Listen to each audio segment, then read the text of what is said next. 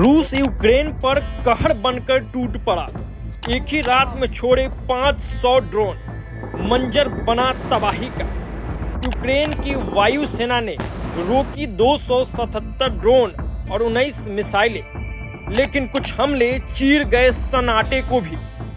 दोनों देशों ने की कैदियों की अदला बदली, लेकिन जंग अभी थमी नहीं है। ज़ेलेंस्की ने दी चेतावनी, फ्रंट लाइन पर हालात बेहद नाजुक है। आपको बताते चले कि यूक्रेन पर रूस ने किया अब तक का सबसे भयंकर ड्रोन हमला। एक ही रात में करीब 500 ड्रोन बरसाए, चारों तरफ तबाही ही तबाही।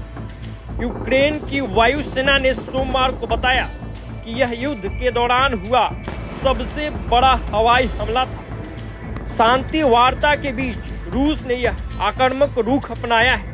हालांकि दोनों देशों के बीच अभी तक कोई ठोस समाधान नहीं निकल पाया है। इसी बीच एक बार फिर कुछ युद्धबंदियों की अदला बदली की गई। वायुसेना का दावा है कि हमला मध्य और पश्चिमी यूक्रेन के 479 ड्रोन और 20 मिसाइलों के जरिए हुआ है। यूक्रेन की वायु सुरक्षा प्रणाली ने 277 ड्रोन और 19 मिसाइलों को मार गिराया, जबकि मात्र 10 ही अपने निशाने तक पहुंच सके।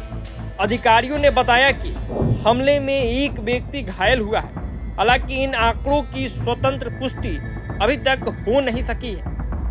पूर्वी और उत्तर पूर्वी मोर्चा पर रूस की सैन्य गतिविधियों में तेजी आई है। राष्ट्रपति ज़ेलेंस्की ने स्वीकार किया है कि कुछ क्षेत्रों में स्थिति बेहद कठिन है। उन्होंने पश्चिमी देशों से और अधिक सैन्य सहयोग की मांग की है, विशेषकर वायु सुरक्षा के लिए। लेकिन अमेरिका की नीति को लेकर अनिश्चितता बरकरार है।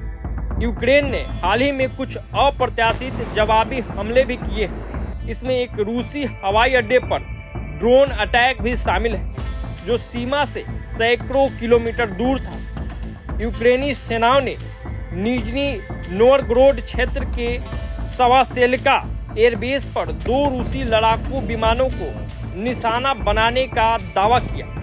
हालांकि रूसी अधिकारियों ने इस पर कोई टिप्पणी नहीं की है। कुछ रूसी ब्लॉगर्स का कहना है कि विमान सुरक्षित है। उधर रूस ने दावा किया कि उसने 7 अलग अलग क्षेत्रों में 49 यूक्रेनी ड्रोन मार गिराए। साथ ही 2 ड्रोन ने चूसिया क्षेत्र में एक सैन्य संयंत्र पर भी हमला किया।